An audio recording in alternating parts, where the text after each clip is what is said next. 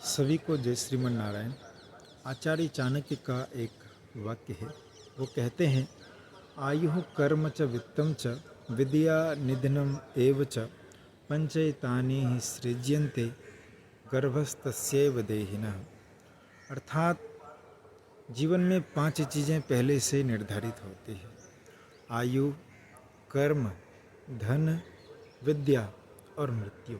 ये 5 चीज़ें पहले से ही तय होती है। अर्थात चाणक्य कहते हैं कि हमें कितने उम्र तक जीना है, हमें कितने श्वास लेने हैं इस जीवन में, और हमें कर्म कितना करना है, कैसा करना है, किस प्रकार का करना है, कब करना है। उनके बाद धन भी तय रहता है। कोई व्यक्ति अपने जीवन में कितना धन अंत तक अर्जित कर सकता है। और विद्या भी तय होता है कि वह अपने जीवन में कितना बड़ा विद्वान हो सकता है, ज्ञानी हो सकता है और कितना विद्या अर्जित कर सकता है। और अंतिम में वो बताते हैं कि हमारी मृत्यु भी पहले से ही निर्धारित होती है कि हमें कब मृत्यु को प्राप्त होना है। अब इन सभी की अगर संगति बैठाएं तो कैसे यह उचित हो सकता है। उन्होंने कहा आयु, कहा कर्म, धन, विद्या और मृत्यु।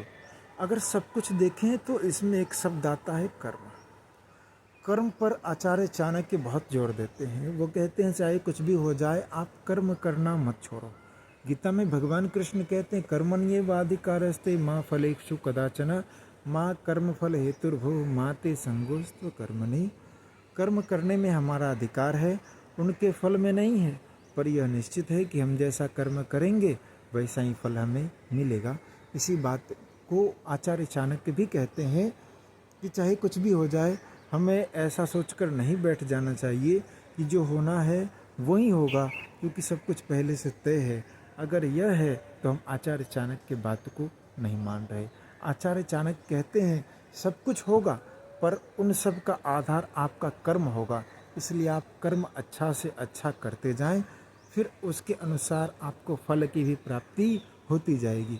और इन सब के साथ में अगर आपने सिर्फ भक्ति को जोड़ दिया तो भक्ति के कारण हमारी आयु बढ़ जाती है और हमारा सब कुछ बढ़ जाता है, हमारा रेखा बदल जाता है, हमारा जीवन बदल जाता है।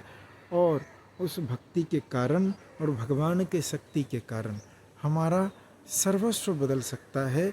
इसलिए हमें भक्ति को आधार बनाकर, कर्म को आधार बनाकर आचार्य चाणक्य पर भी विश्वास कर अपने जीवन को सफलता की ओर ले जाना चाहिए। सभी को जय